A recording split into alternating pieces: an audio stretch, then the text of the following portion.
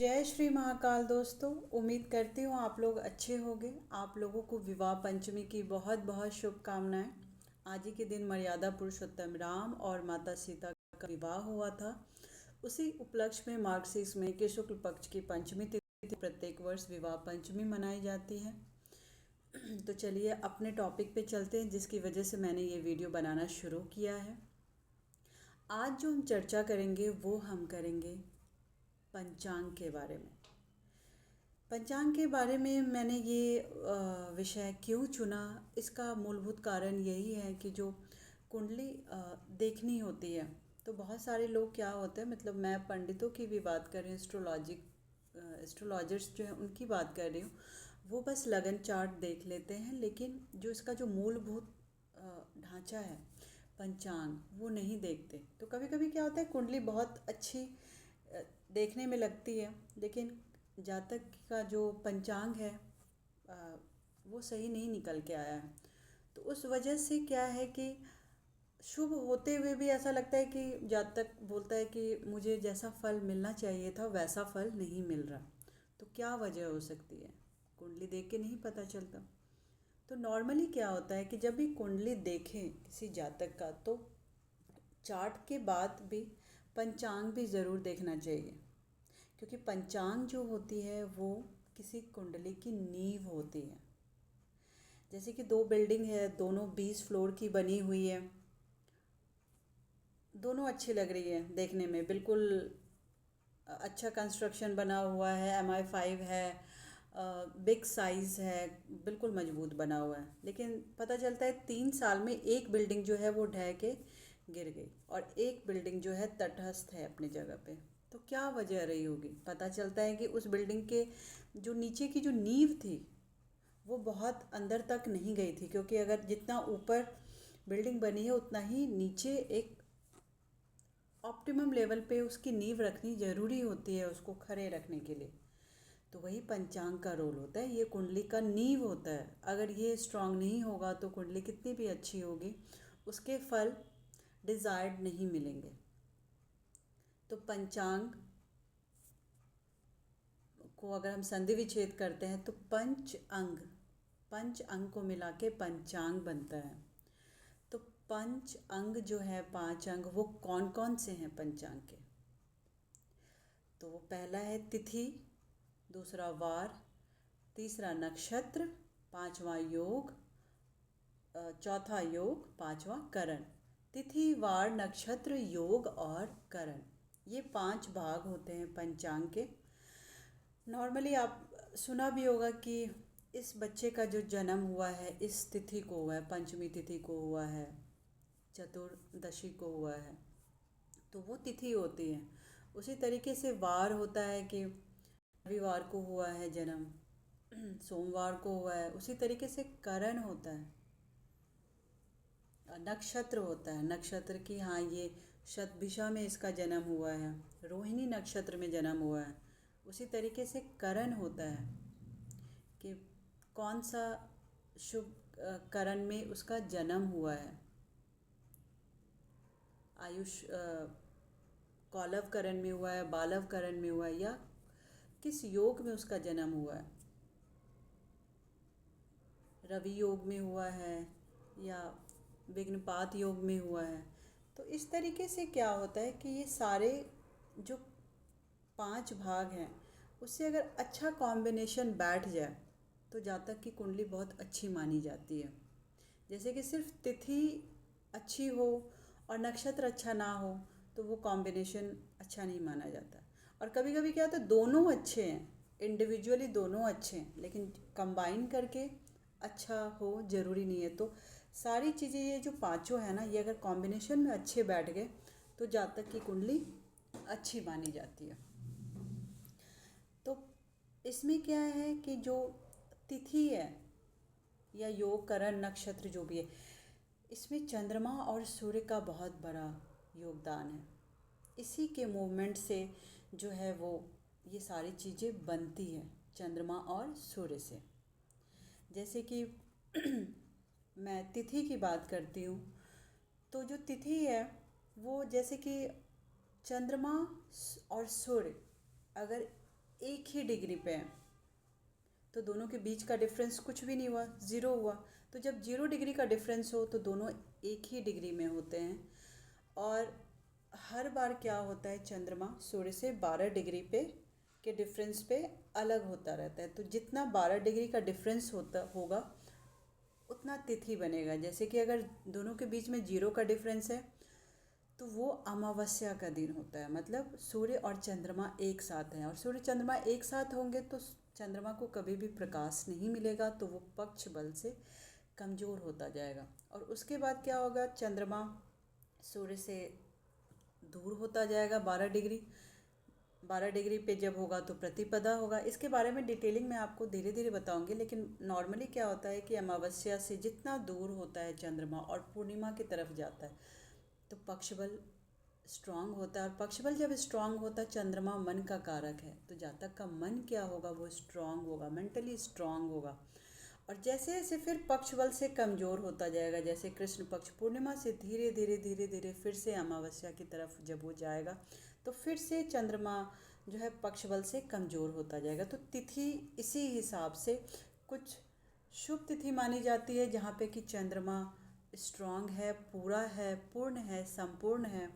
और जहाँ पे चंद्रमा नहीं दिखता वहाँ पे चंद्रमा कमज़ोर, तो तिथि भी कमज़ोर मान ली जाती है। तो हर 12 डिग्री पे क्या होता है, तिथि चेंज होती है।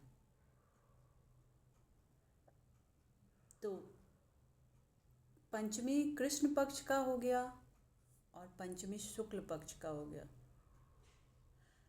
अष्टमी कृष्ण पक्ष का है, अष्टमी शुक्ल पक्ष का है। तो अष्टमी जो शुक्ल पक्ष का होगा वो अच्छा माना जाएगा।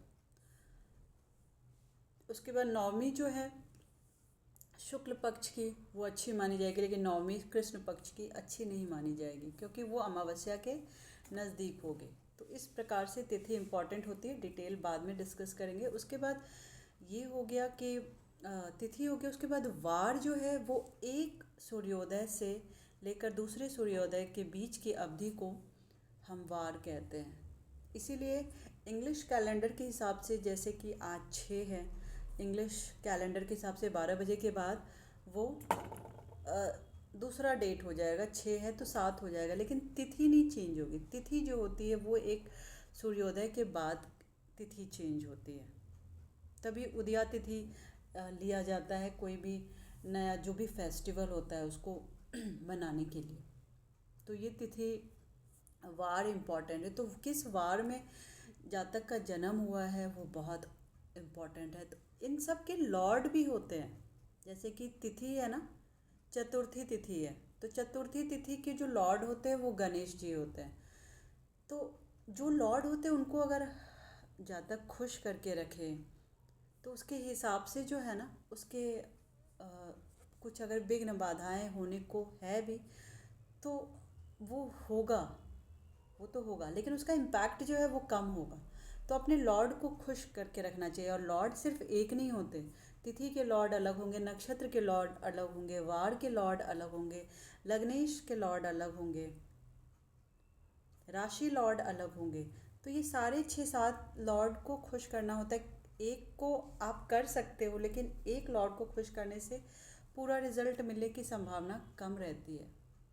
तो सारे अपने कुंडली को देख के सारे लॉर्ड आइडेंटिफाई करने चाहिए कि तिथि के कौन से लॉर्ड हैं, उसके बाद नक्षत्र के कौन से लॉर्ड हैं, वार के कौन से लॉर्ड हैं, योग कौन सी है, करण कौन सी है। उसके हिसाब से जो भी लॉर्ड निकल के आए उसकी उपासना करनी चाहिए। और उपाय में सिर्फ मंत्र का जाप करना चाहिए और दान करना चाहिए और व्रत करना चाहिए। ये 3 जो है इसके रिज़ल्ट ऑप्टिमम होते हैं और कम खर्चीले होते हैं, क्योंकि स्टोन अगर आप पहनो तो स्टोन हर कोई अफोर्ड नहीं कर सकता। कोई बिल्कुल जिसकी मासिक आय ही 5-6 हज़ार है, उसको अगर किसी ने स्टोन रेकमेंड कर दिया तो वो नहीं अफोर्ड कर सकता। तो एक फिजिबिलिटी भी देखनी होती है उपाय में। तो उपाय में सबसे जो कारगर है वो मंत्र, व्रत और दान, यही करना चाहिए। तो यही हुआ कि तिथि हो गया, वार का मैंने बताया। उसके बाद नक्षत्र, एक चीज़ और बताना चाहूँगी कि जो इसका जो इम्पोर्टेंस है ना, कि तिथि हो गया, वार हो गया, नक्षत्र, योग और इसका इम्पोर्टेंस भी डिक्रीजिंग ऑर्डर में, तो सबसे ज़्यादा इम्पोर्टेंट तिथि होती है। तिथि इसलिए कि नक्षत्र बहुत अच्छा मिल गया, सब कुछ अच्छा मिल गया, लेकिन तिथि जो है वो शुक्ल पक्ष की प्रतिपदा मिल गई, सब बेकार।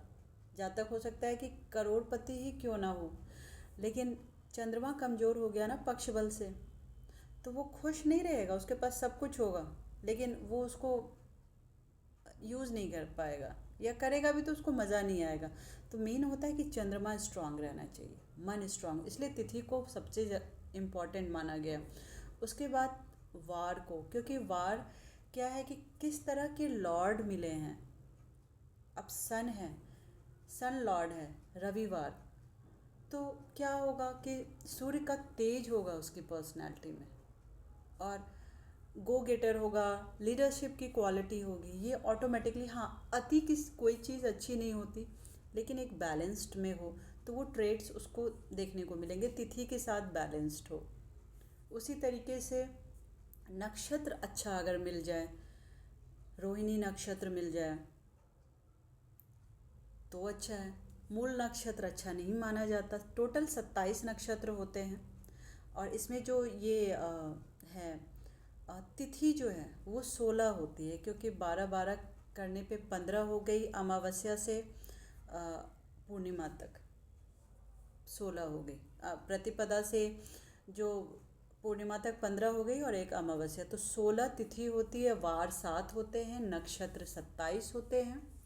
तो नक्षत्र 27 जो होते हैं, एक और जब मुहूर्त कोई अच्छा निकाला जाता है तो अभिजीत मुहूर्त भी लिया जाता है, तो अभिजीत नक्षत्र भी 28वां नक्षत्र माना जाता है। उसके बाद योग, योग जो होता है वो ये जो है सूर्य और चंद्रमा के कोणीय संबंध से योग बनते हैं, और एक नक्षत्र को पार करने में जितना समय लगता है एक नक्षत्र को, उससे योग बनते हैं। तो योग भी जो है वो 27 योग है। बहुत कुछ शुभ योग हैं, कुछ अशुभ योग हैं। तो कोई भी काम हो तो वो देखना चाहिए कि शुभ योग है या नहीं है, या हमारी कुंडली कौन से शुभ योग में हुई है। शुभ योग में अगर हुई है तो बहुत अच्छी बात है, लेकिन कभी कभी योग शुभ हो लेकिन तिथि कमज़ोर हो, तो वो बैलेंस भी होना बहुत ज़रूरी है, एक कॉम्बिनेशन। उसके बाद क्या आता है करण। करण जो है वो जैसे कि प्रोफेशन वगैरह होता है, वो एक तिथि के आधे जो भाग होता है उसको हम करण बोलते हैं।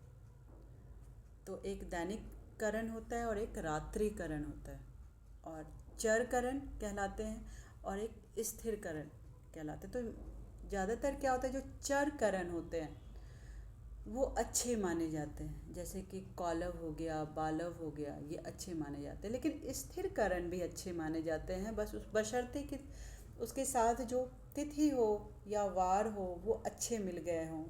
जैसे बहुत लोग क्या होता है कि नक्षत्र में मूल नक्षत्र को अच्छा नहीं मानते, लेकिन मूल नक्षत्र मिलने के बावजूद भी अगर उसको तिथि अच्छी मिल गई हो, तो बहुत सारे ऐसे लोग जन्मे हैं जो उस कॉम्बिनेशन में बहुत अच्छा किया है उन्होंने। इंडिविजुअली मूल नक्षत्र अच्छा नहीं माना जाता, लेकिन कॉम्बिनेशन में अगर सही मिल गए तो आगे जो होगा वो हम उसके बारे में चर्चा करेंगे, जहाँ पे कि कॉम्बिनेशन क्या होगा। लेकिन उससे पहले तिथि के बारे में डिटेलिंग डिस्कशन करेंगे कि इम्पोर्टेंस क्या है कुंडली में।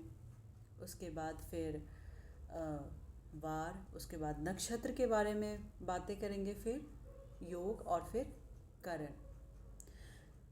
तो ये 5 जो है, अगर अच्छे से समझ लिया तो फिर कुंडली समझना कोई बहुत मुश्किल काम नहीं है। कुंडली में भी क्या होती है, चंद्र लगन, सूर्य लगन और लगन जो होती है वो 3 अगर देख लिया, सुदर्शन चक्र बोलते हैं, तो बहुत सारी चीज़ें निचोड़ उससे भी निकल जाती है। लेकिन पंचांग निकल के आना चाहिए, ये 5 अंग उस पे पकड़ होनी चाहिए।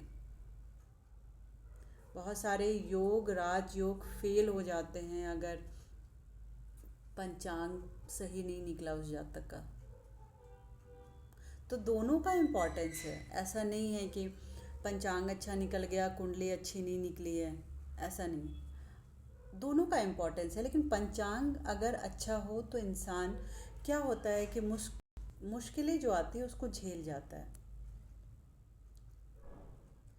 तो ये बात होती है। तो पंचांग भी होना चाहिए और कुंडली भी स्ट्रांग होनी चाहिए, और दोनों का मिलान, जैसे किसी की शादी हो रही हो तो एक जातक जो है वो पक्ष बल से, तिथि से बहुत अच्छी कुंडली है उसको, और सामने वाले की जो तिथि है वो कोई प्रतिपदा की कुंड तिथि है, शुक्ल पक्ष की प्रतिपदा की, तो क्या होगा, एक बिल्कुल डिप्रेसिव माइंड का होगा, एक बिल्कुल ऑप्टिमिस्टिक माइंड का होगा। दोनों का कॉम्बिनेशन कैसे बैठेगा? तो वहाँ पे कॉन्फ्लिक्ट्स होंगे, वहाँ पे डिफरेंस ऑफ ओपिनियन होंगे, एक्सेप्टेंस नहीं होगी, और कहीं ना कहीं जाके वो रिश्ते वर्कआउट नहीं करेंगे। उसी तरीके से योग का होता है कि एक का अगर योग अच्छा है तो उसके बैलेंस्ड में दूसरा योग हो, जिस पार्टनर से शादी होने की बात हो रही है। तो इसलिए पंचांग देखना चाहिए दोनों का, और एटलीस्ट दो चीज़ें तो बिल्कुल देखनी चाहिए। अगर कुछ ना देखो, सूर्य जो है वो स्ट्रांग है कि नहीं, और चंद्रमा जो है वो पक्ष बल से स्ट्रांग है या नहीं। तो चंद्रमा जो है सूर्य से 180 डिग्री पे रहेगा तो वो बिल्कुल दूर रहेगा, तो तब चंद्रमा पे क्या होगा, बिल्कुल जो प्रकाश है 180 डिग्री का बिल्कुल सीधा प्रकाश जाएगा, तो पूरा प्रकाशित रहेगा, जो पूर्णिमा के दिन होगा वो बहुत अच्छा दिन माना जाता है जन्म या उसके आसपास का होगा। लेकिन वही अमावस्या में जब चंद्रमा सूर्य साथ में होते हैं, जब ग्रहण भी होता है, तो उस समय क्या होगा कि चंद्रमा प्रकाशित नहीं रहेगा। प्रकाशित नहीं रहेगा तो वो मन का कारक है, मन हमेशा डिप्रेसिव रहेगा। तो एक अच्छा करना चाहेगा जो स्ट्रांग चंद्रमा है, लेकिन दूसरा ना खुद कर पाएगा ना दूसरे को करने देगा, तो उसका इम्पैक्ट पड़ता है, बहुत इम्पैक्ट पड़ता है कि एक का चंद्रमा स्ट्रांग है लेकिन दूसरे का कमज़ोर है, तो आपने अपने संपर्क में कैसे अ, लोगों को रखा हुआ है, उसकी भी नेगेटिविटी आती है।